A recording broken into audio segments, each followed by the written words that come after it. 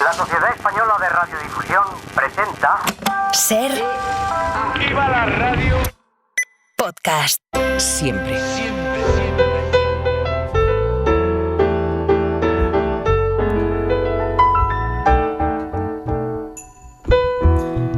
Desde Berlín, todavía no me acostumbro, nos escucha Marc Bassets, que es corresponsal del País en Alemania. ¿Qué tal, Marc? ¿Cómo estás? Buenos días, Javier. Guten Morgen. Sí, muy bien. Me, si me cuesta a mí, igual a ti te cuesta más, ¿no? Acostumbrarte a que es Berlín. Te levantas por la mañana y piensas que vas a ver la Torre Eiffel. Sí, no, pero ya me estoy acostumbrando. Ya estoy acostumbrado, creo. ¿Algún incidente en la reubicación? ¿Todo va bien? No, todo está bien ya. Yo creo que todo en marcha y preparados para este otoño, que empieza hoy. Acabo de oír ahora, en unas horas. Sí, y tú empiezas a incorporarte, digamos, formarte a tu corresponsalía en el país a partir de mañana. Sí. Estás siguiendo toda la información alemana para ponerte al día. ¿Algún libro que hayas leído también para que sea más fácil entender lo que pasa? Sí, bueno, es que me gusta cuando voy a hacer alguna cobertura, algún tema y a encarar una corresponsalía como ahora, pues informarme, ¿no? Antes, evidentemente leyendo los periódicos, pero también libros, y la verdad es que he dedicado este mes, aparte de la instalación, a leer bastante, ¿no? Y, por ejemplo, si quieres te cito algunos libros que he estado leyendo, ¿no? Bueno, primero me leí un tocho que hacía muchos años que quería leer, que es francés, pero que aquellos que los tienes pendientes y nunca los abordas, ¿no? Y es Las Benévolas, que es la novela de Jonathan Little, que ganó el Goncourt en 2008, me parece. Es un libro monstruoso en todos los sentidos, 1400 páginas, y lo que cuenta es monstruoso, ¿no? Porque es la historia del Holocausto narrada por uno de sus perpetradores, por un oficial de las SS.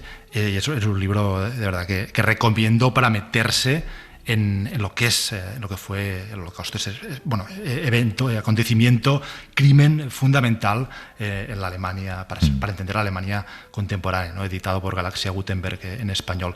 Y luego me he leído varios libros relacionados con la Alemania del Este, ¿no? Hemos estado hablando estas semanas y hoy también, ¿no? de las elecciones en Brandenburgo y de lo que está sucediendo en la antigua Alemania oriental, donde sube mucho la extrema derecha. Y, por ejemplo, me he leído una novela muy buena de Jenny Erpenbeck, que se llama Kairos, en anagrama en español, que ha tenido un gran éxito. Ganó, creo que el Booker Internacional en Gran Bretaña, y cuenta la relación de una mujer y un hombre en los últimos años de la RDA y con la caída del muro. Y luego, rápidamente, dos libros de sociólogos, de analistas, uno del que todo el mundo habla aquí, y cuando llegué lo vi en todas las librerías y todo el mundo lo comentaba, que es un sociólogo también de la Alemania del Este, que se llama Stephen Mau, y el libro, te lo digo en alemán y después lo traduzco, es Ungleich vereint, reunidos en la desigualdad, ¿no? Que habla de cómo la reunificación de Alemania del año 90 no ha acabado de culminar, ¿no? y el muro mental todavía existe. Y luego, ya por último, una recomendación que nos la dio Paul Ingendey, ¿te acuerdas? Hace 2 semanas, cuando hablamos con él, el periodista del Frankfurter Allgemeine Zeitung, recomendó el libro, me lo apunté y me lo he leído, que también va de esto, que es de un filólogo que se llama Dirk Oschmann y se titula El Este, un invento de la Alemania occidental. Y también estas diferentes percepciones entre unos y otros, y estas divisiones que realmente, yo estuve aquí hace 20 años, pensaba que 20 años después la herida o el muro mental habría desaparecido, y me estoy dando cuenta de que sigue ahí y seguramente no desaparezca nunca. Sí, eso es curioso. En esa conversación que tuvimos con Paul del Frankfurter Allgemeine, cuando le preguntábamos por algo que defina a la Alemania actual y que es en lo que deberías fijarte, él insistía mucho en esa relación de quienes vienen del este y quienes están en el oeste, ¿no? Y cómo eso marca a la Alemania de hoy en día en lo político y en lo social. Sí. Así es, y a pesar de que no hay que negar que ha habido muchas mejoras, y evidentemente económicamente, si se compara la Alemania del Este con gran parte de la Europa del Este, que también estaba en el bloque soviético, a Alemania del Este le van muy bien las cosas, pero no ha llegado a los estándares de la Alemania occidental, y sobre todo es esta sensación de, todavía en una parte de la población, no en toda, hay que evitar generalizar, pero de sentirse ciudadanos de segunda. Y esto no se ha resuelto, y es un problema. Bueno, empezamos. Tenemos varios temas que queríamos abordar hoy. El primero tiene que ver con algo que ha ocurrido esta semana, que nos ha dejado a todos atónitos por el drama que supone, también por la impunidad que supone, por tantas cosas. El martes y el miércoles de esta semana, esa explosión simultánea de aparatos buscapersonas y walkie-talkies que miembros de Hezbollah en el Líbano utilizaban para comunicarse y que han dejado un saldo de al menos 37 personas muertas y 3.200 heridas. La milicia chií y el gobierno libanés acusan al Mossad, que es el servicio de inteligencia de Israel, como el responsable de estos ataques que han tocado todo el sistema de comunicaciones internas de Hezbollah. La operación parece sacada de una película de ciencia ficción o incluso de aventuras y de espías, primero por su alcance, también por el trabajo a nivel tecnológico para poder quebrantar un sistema de comunicación que parecía ser más seguro que un teléfono móvil convencional, ¿no? Y también, por supuesto, pone encima de la mesa la impunidad con la que Israel puede cometer lo que muchos consideran que es terrorismo de Estado, al fin y al cabo. Aunque el Mossad, Marc, evidentemente no se ha pronunciado directamente al respecto de este asunto, jamás lo hace, todo apunta a que este cuerpo de seguridad sigue estando muy bien organizado en los países donde Israel busca mantener a raya a sus enemigos. Sí, Javier, y la historia es larga. Estos días la prensa alemana precisamente ha sacado del archivo un antecedente interesante. Hay un antecedente claro y muy conocido que es el secuestro por parte del Mossad en 1960 en Argentina de Adolf Eichmann, uno de los organizadores del Holocausto, y su posterior juicio y condena a muerte en Israel. Pero el antecedente que se recordaba estos días es también de principios de los 60 y ocurrió cuando varios científicos e ingenieros alemanes que trabajaban para el programa de misiles de Egipto en aquel momento recibieron en sus oficinas, en sus casas, cartas explosivas. Alguno de estos científicos había trabajado en el programa balístico de la Alemania nazi y estaba ayudando entonces a un enemigo de Israel, Egipto, en aquel momento. Y como ahora, recordaba la prensa alemana, se trataba también de explosiones a distancia y contra personas a quienes Israel consideraba adversarias o que trabajaban para el enemigo. Como ahora también, entonces se supone que estaba detrás de estos ataques los servicios secretos de Israel. Lo que ha sucedido esta semana en Líbano, en todo caso, suscita, creo, varias cuestiones. Suscita cuestiones tecnológicas. Deja claro que los aparatos eléctricos, electrónicos, que nos parecen a veces lo más íntimo y privado, nuestro teléfono, ¿no?, en nuestro bolsillo, no son son lo menos íntimo en realidad y lo menos privado que tenemos. Es todo lo contrario. Y esto vale para los móviles y vale para cualquier aparato electrónico que tengamos. También suscita cuestiones políticas sobre las consecuencias que esto puede tener en los próximos días y meses en toda la región de Oriente Próximo. Suscita cuestiones, evidentemente, de derecho internacional y apunta a quizá una nueva forma de guerra. Esto lo leí esta semana en el Washington Post, una columna de David Ignatius, que es un columnista siempre muy bien informado sobre cuestiones de espionaje, de servicios secretos, que explicaba y decía, y cito, cualquier aparato conectado a Internet puede potencialmente transformarse en un arma. Y Ignatius añadía, con cada nuevo avance en la tecnología de las armas, quienes lo han diseñado se creen que tienen la exclusiva en el uso mortal de los instrumentos de la guerra. Estados Unidos le sucedió a Estados Unidos, pensó que tenía el monopolio de los drones, por ejemplo, ¿no? Y ahora los drones son un instrumento generalizado para la guerra. Lo que viene a decir Ignatius es que, en este caso, es posible que esté sucediendo lo mismo. El Mossad ha estado con frecuencia a la vanguardia y lo ha demostrado con esta audacia que ha dejado al medio mundo boquiabierto y espantado, pero que sería ilusorio pensar que este arma no sea pronto, y cito otra vez, un instrumento generalizado de guerra, es decir, que lo utilicen todos. Hay un componente también de geopolítica, ¿no? Igual que tú recordabas antes, como esta novela sobre el Holocausto sirve para entender a la Alemania actual. Esa novela seguramente sirve para entender por qué a Israel se le permite hacer cosas que a otros estados no se les permite, entre otras incumplir resoluciones de la ONU o tener un programa de armas nucleares sin ningún tipo de supervisión, o que sus servicios de inteligencia actúen con esta impunidad, ¿no? Para poner en contexto estos ataques y entender la historia y el alcance que tiene el Mossad desde un pequeño pueblo de Albacete, nos ha dicho, nos escucha Eugenio García Gascón, que fue corresponsal en Oriente Próximo durante 3 décadas. Eugenio, ¿cómo estás? Buenos días. Hola, buenos días. Muy bien, gracias. ¿En qué contexto se creó y qué fin tenía el Mossad en su origen? Bueno, el Mossad es un que se llama Instituto para la Inteligencia y los Servicios Especiales. Se fundó en 1949, un año después del establecimiento del Estado judío.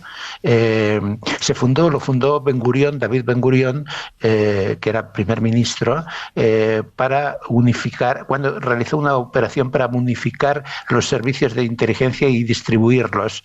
Digamos que hoy, que se sepan, que haya trascendido, Israel cuenta con 3 servicios de inteligencia. Uno es el Shin Bet, que son los servicios de inteligencia para el interior y los territorios ocupados, que básicamente se ocupan sobre todo de los palestinos de los territorios ocupados. Otro que es el Amán. Amán es un servicio de inteligencia militar. Y otro es el Mossad, que se encarga técnicamente de las operaciones de inteligencia fuera del territorio de Israel.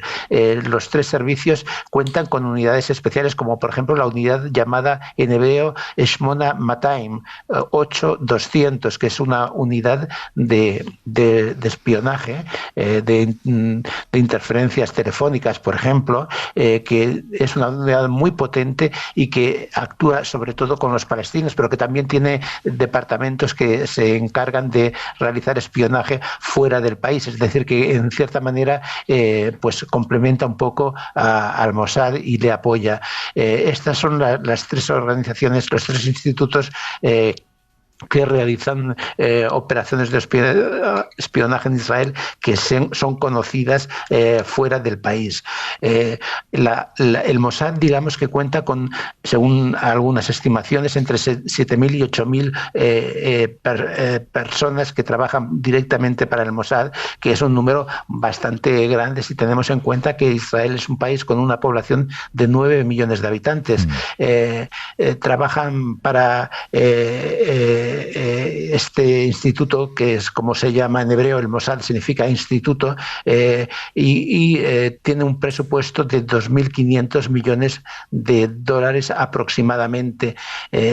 Sus intereses incluyen la desestabilización de países enemigos, como ha pasado recientemente con Argelia o Túnez,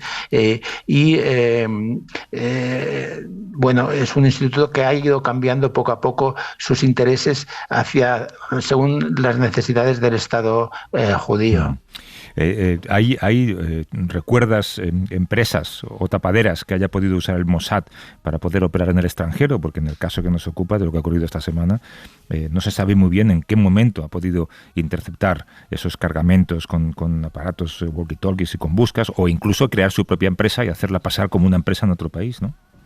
Bueno, el Mossad es una práctica habitual dentro del Mossad. En este caso estamos hablando de Hungría, donde ha creado una empresa Pantalla, que ha sido la que se ha encargado de gestionar los buscadores que han explotado luego en Líbano y en Siria.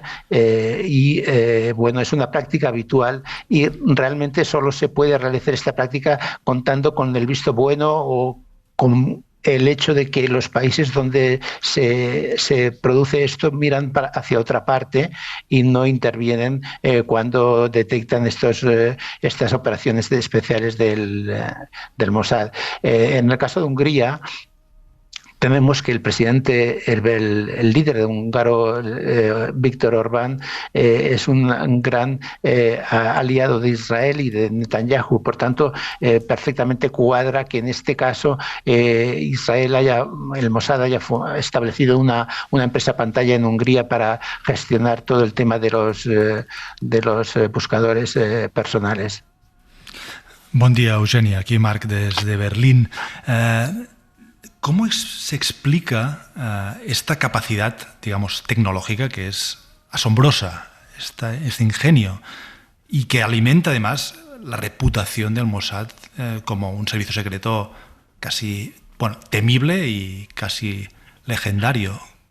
¿Qué hace especial al Mossad y cómo ha logrado montar operaciones como esta, que cuando la hemos leído yo creo que nos hemos quedado muchos alucinados, ¿no? Y como decía Javier al principio, parece sacado de una película.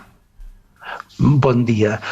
Pues mira, yo te diría que esto lo ha hecho el Mossad porque tiene una capacidad tecnológica, como tú indicas, muy grande. Recordemos, ahora podemos recordar hace poco, hace unos meses, unos años, el tema de las escuchas telefónicas que se infiltran en los teléfonos por ejemplo, de Pedro Sánchez o del presidente Macron.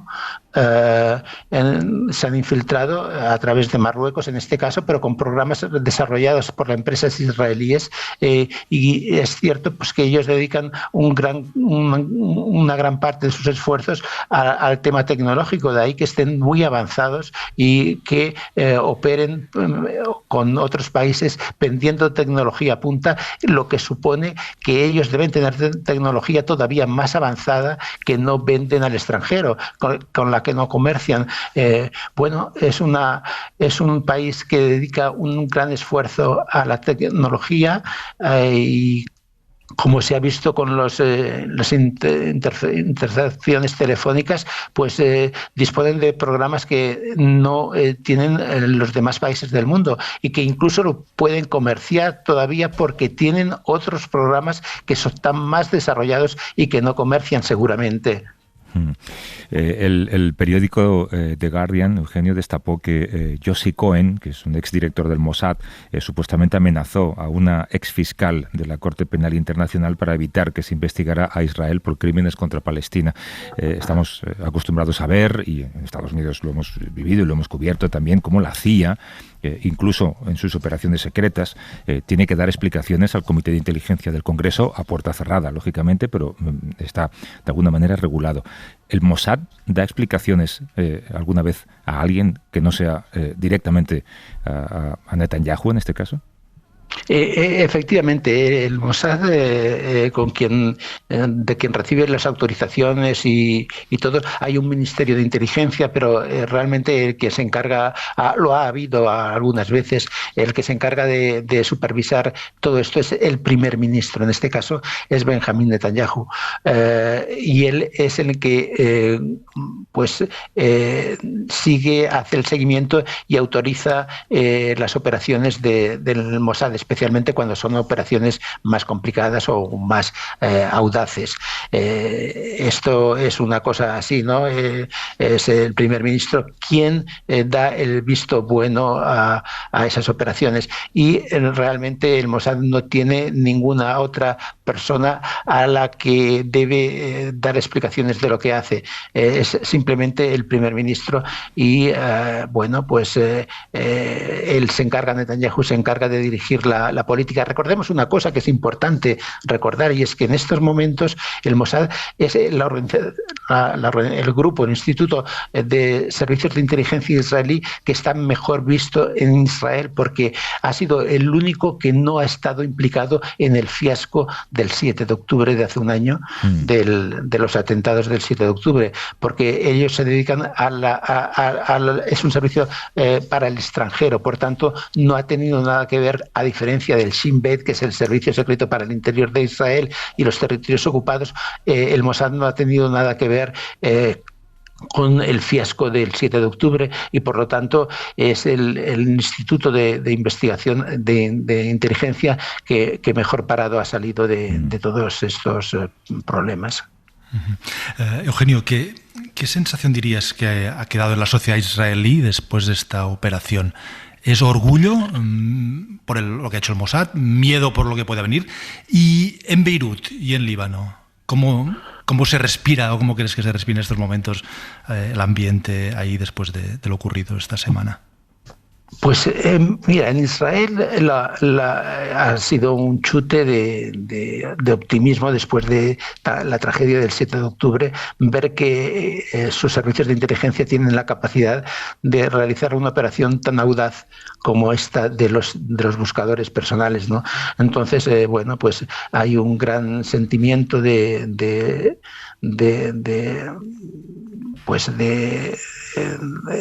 la gente está más contenta de sus gobernantes, y esto es una operación que Netanyahu está cobrando un rédito por ella y cuenta con más apoyo desde que se ha realizado, seguramente porque la gente ve que él es un dirigente capaz de responder a un desafío como el que ha supuesto el 7 de octubre.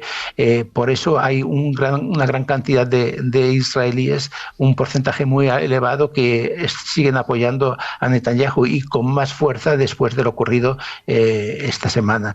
En cuanto al Líbano, pues hay una opinión predominante de que Israel tiene fuerza y puede actuar en Líbano como quiera, pero es una sensación que tienen en general otros países de la región que han visto, por ejemplo, Jordania, que está al lado de Israel. Es un país donde hubo una operación similar del Mossad hace unos años, que intentó matar a un líder de Hamas, a Khaled Mashal, y esta operación al final resultó ser un fiasco, porque el Mossad también ha cometido fiascos importantes, pero la sensación de los países vecinos es de que la mano del Mossad es demasiado larga y puede actuar en esos países con casi libertad por parte de las autoridades locales.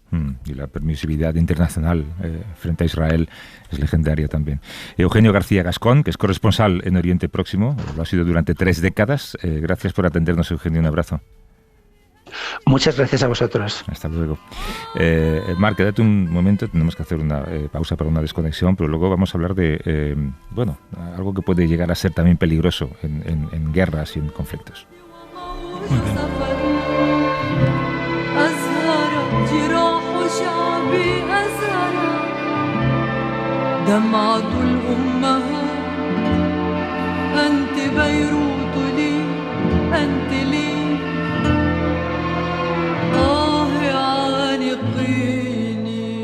Ser Podcast.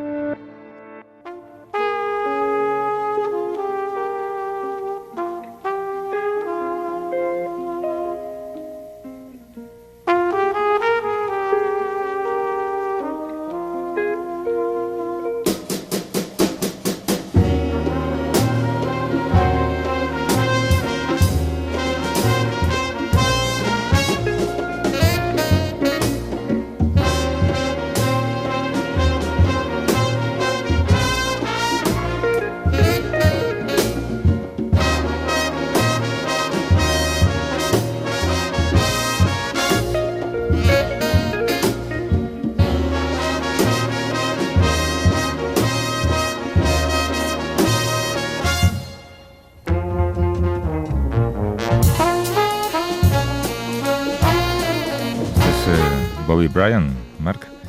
Bobby Bryant interpretando de manera instrumental una canción de los Beatles que se titula La felicidad es una pistola caliente. Es verdad, era un tema de Lennon y McCartney. Las impresoras 3D, nunca pensé que hablaríamos de esto, pero fíjate cómo cambia todo. Nos permiten confeccionar piezas hechas de distintos materiales, han permitido que tengamos prótesis, juguetes, arte también, traspasados al mundo material a base de planos hechos en el ordenador, a veces son puros documentos PDF. Basta tener ese plano y los materiales necesarios para imprimir en ellas cualquier cosa. Desde hace poco más de una década también se confeccionan armas hechas con estas impresoras. Algunas parecen de juguete, es verdad que parecen como pistolas de plástico, pero pueden ser letales si se hacen con los materiales adecuados para hacer daño. En Europa y en Estados Unidos se ha puesto el foco un poco más en estas armas porque además de que son mucho más baratas, lógicamente, de confeccionar, se escapan de todos los controles habituales a los que se supone que están sujetas las armas. Hemos hablado tanto de esto desde Estados Unidos, ¿no? No tienen número de serie, no hay un fabricante al que acudir para pedir explicaciones de cuándo y dónde se vendió esa pistola y a quién. Además, Marc, no deja de haber una parte de atracción por las armas y esto da la sensación de normalizarlo aún más, ¿no? Sí, Javier, y mira, solo hay que ver estas fotos y vídeos de la más popular de estas armas, que se llama la FGC 9. Es el nombre del modelo en boga y el más difundido. Y en un momento te contaré qué significa FGC, porque el nombre tiene miga. Pero, como dices, ves las imágenes, ves los vídeos y parece un juguete. Puede llegar a parecerte que tienes entre manos un arma de juguete, pero no es un juguete, es todo lo contrario.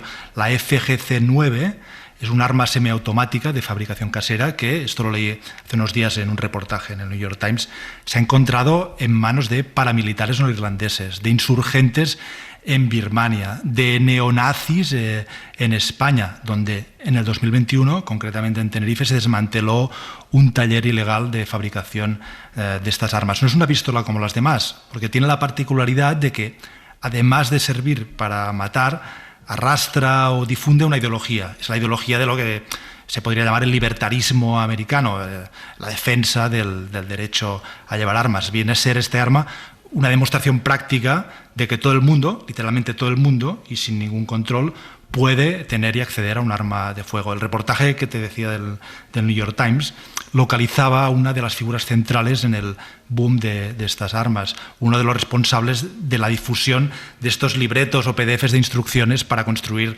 en casa tu propia FGC-9. Se trata de un tipo que se llama John Ellick, se hace conocer como, el nombre también tiene su miga, Iván el Troll, tiene 26 años, es de Illinois, y el tal Iván el Troll, él dice que él solo difunde documentos y que esto no es nada comparado con las empresas o gobiernos que venden directamente armas de verdad. Bueno, el significado de FGC-9, ¿no? El nombre de este arma. 9 es el calibre de 9 milímetros y FGC significa Fuck Gun Control. Traducido a la mierda, o que se joda la regulación o el control de las armas. Fuck gun control, ahí queda.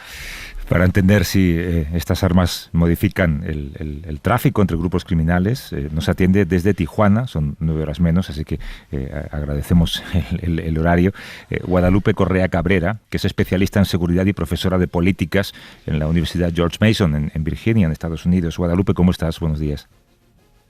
Muy buenos días, un placer estar con ustedes el día de hoy. ¿Basta con que se compre una impresora 3D en Amazon y se obtenga ese documento, ese plano para hacer un arma? ¿Es así de sencillo? Yo creo que no es así de sencillo. La cobertura mediática sobre estas armas, y específicamente en Estados Unidos, en Europa, también la cobertura sobre lo que sucede supuestamente en México y Estados Unidos, los números sin presentar ninguna evidencia ni la metodología para estas mediciones, se dice que 10 de 100 o una de 10 armas son de las que se están ahorita, o sea, que de las que se están deteniendo es una de 10.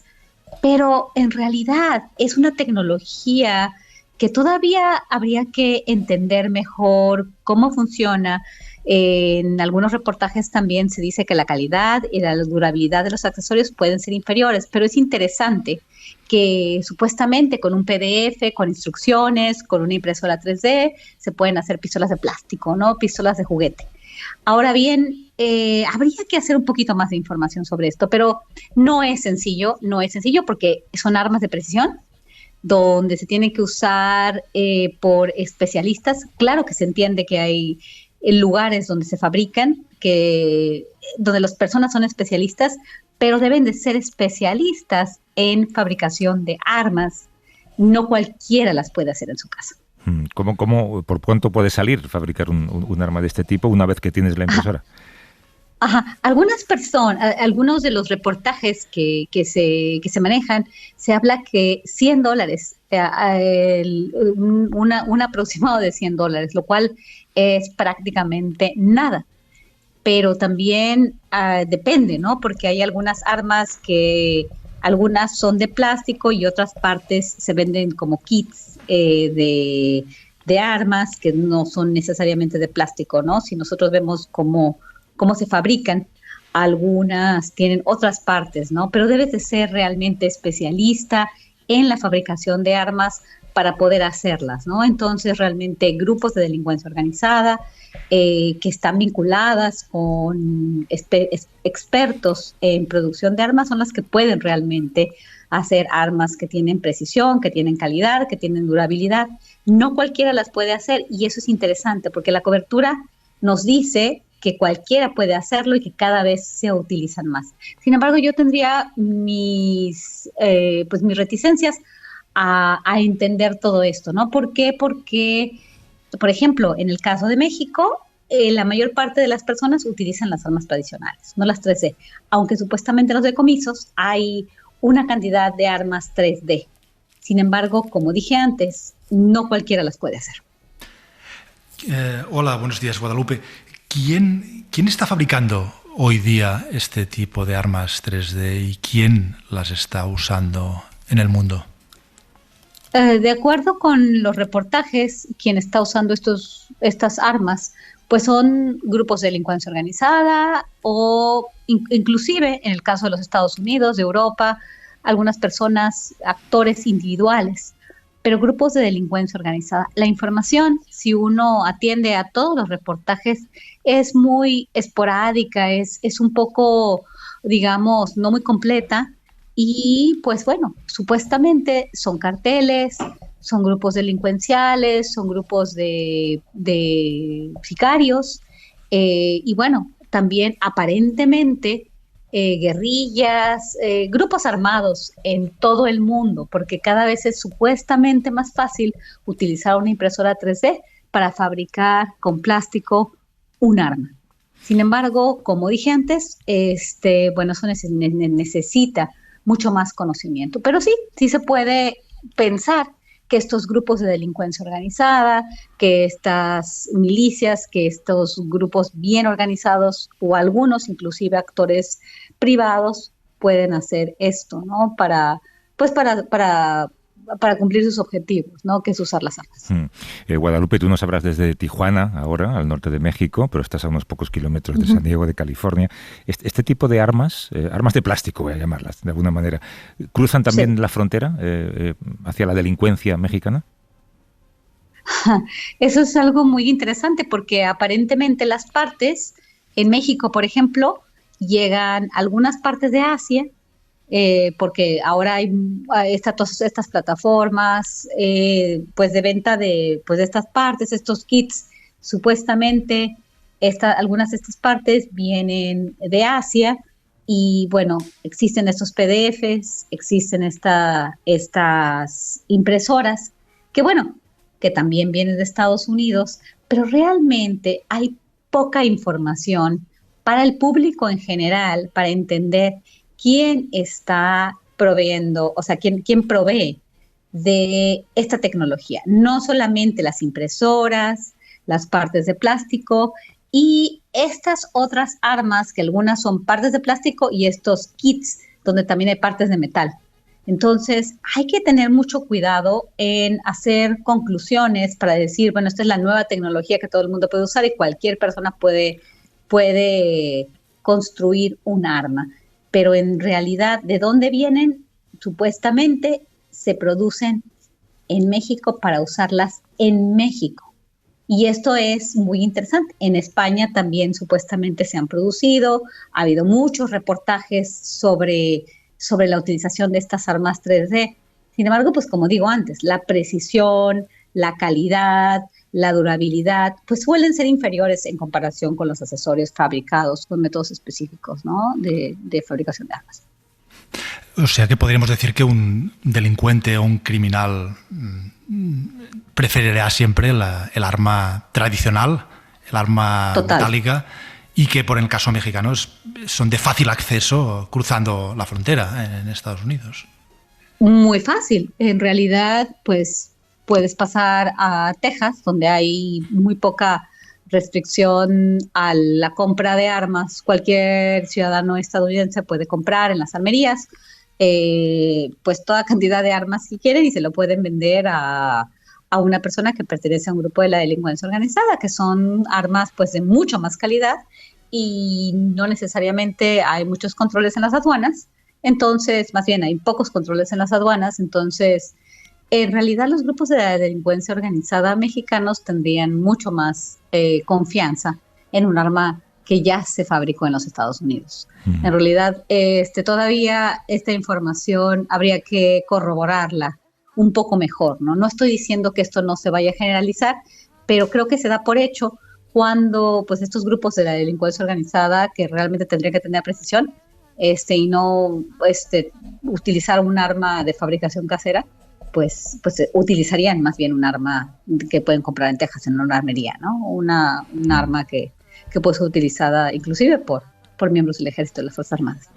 Tú trabajas, Guadalupe, decíamos, como profesora en la George Mason, que está en Fairfax, si no recuerdo mal, al lado de Washington, pero en Virginia, otro estado sin restricciones al uso de armas. Es interesante también ese carácter ideológico que hay en este tipo de fabricación, ¿no? E incluso en el nombre de la pistola. Exactamente. Este carácter ideológico pues es muy interesante porque pues por ejemplo la segunda enmienda de la Constitución de los Estados Unidos, la libre portación de armas, para los estadounidenses es muy importante, pero también la calidad es importante. Sin embargo, en los países más desarrollados, al parecer, esas tecnologías están teniendo mucha más aceptación y mucha más utilización por actores individuales. Habría que tener también pues más datos con relación a el uso de estas armas y bueno, obviamente se ha detectado que estas armas se han utilizado en algunos crímenes. Sin embargo, como dije antes, pues es mejor tener un arma mejor hecha y es fácil, ¿no? Las armas son de fácil acceso, aunque hay limitaciones en relación a su uso. En otros países del mundo, en Estados Unidos, pues hay pues mucha facilidad de usarlas. ¿Por qué vas a hacer un arma 3D? Aunque la cobertura supuestamente muestra que 1 de 10 son de los decomisos de armas tienen que ver con tecnología 3D. Habría que hacer, todavía tengo mis preguntas. En el caso de México, por la misma cultura, pues hay mucho más, pues un pensamiento mucho más conservador al respecto y bueno, se prefieren obviamente las armas de otro tipo, ¿no? Todavía hay un poco más de retraso en relación a la utilización de estas tecnologías más modernas. Pero la verdad es que si uno echa a volar la imaginación, puedes pensar en un futuro cuando la tecnología de impresión mejore, como alguien de alguna manera puede mandar por internet, en un correo electrónico, un arma de mejor calidad a cualquier persona en cualquier lugar del mundo. Desde Tijuana nos atendió Guadalupe Correa Cabrera, especialista en seguridad, profesora de políticas en la George Mason University. Gracias, Guadalupe, cuídate. Muchas gracias, muchos saludos. Gracias por la invitación. Y a Marc decíamos al principio que hay elecciones en Brandenburgo. Hablaremos de ellas la semana que viene porque ahí la extrema derecha puede mostrar su fuerza, ¿no? Sí. Los sondeos dicen que, bueno, lo sitúan a la alternativa para Alemania, que es el partido de extrema derecha, y de una extrema derecha muy dura. Yo diría que más dura que la francesa, para comparar con alguna, pues será el partido más votado, aunque el SPD, el Partido Socialdemócrata, que gobierna en Brandenburgo, Brandenburgo es el estado federado que está alrededor de Berlín, ¿no? Pues el SPD, los socialdemócratas, gobiernan desde el 90, es el feudo del SPD en el este de Alemania, está muy cerca, entonces hay bastante emoción a ver qué sucede esta noche. He visto algún vídeo de Alternativa para Alemania donde básicamente hacen una exaltación de la raza aria, da un poco de miedo. Marc Bassets, un abrazo, cuídate. Un abrazo, gracias. Muss der Mensch haben im Leben.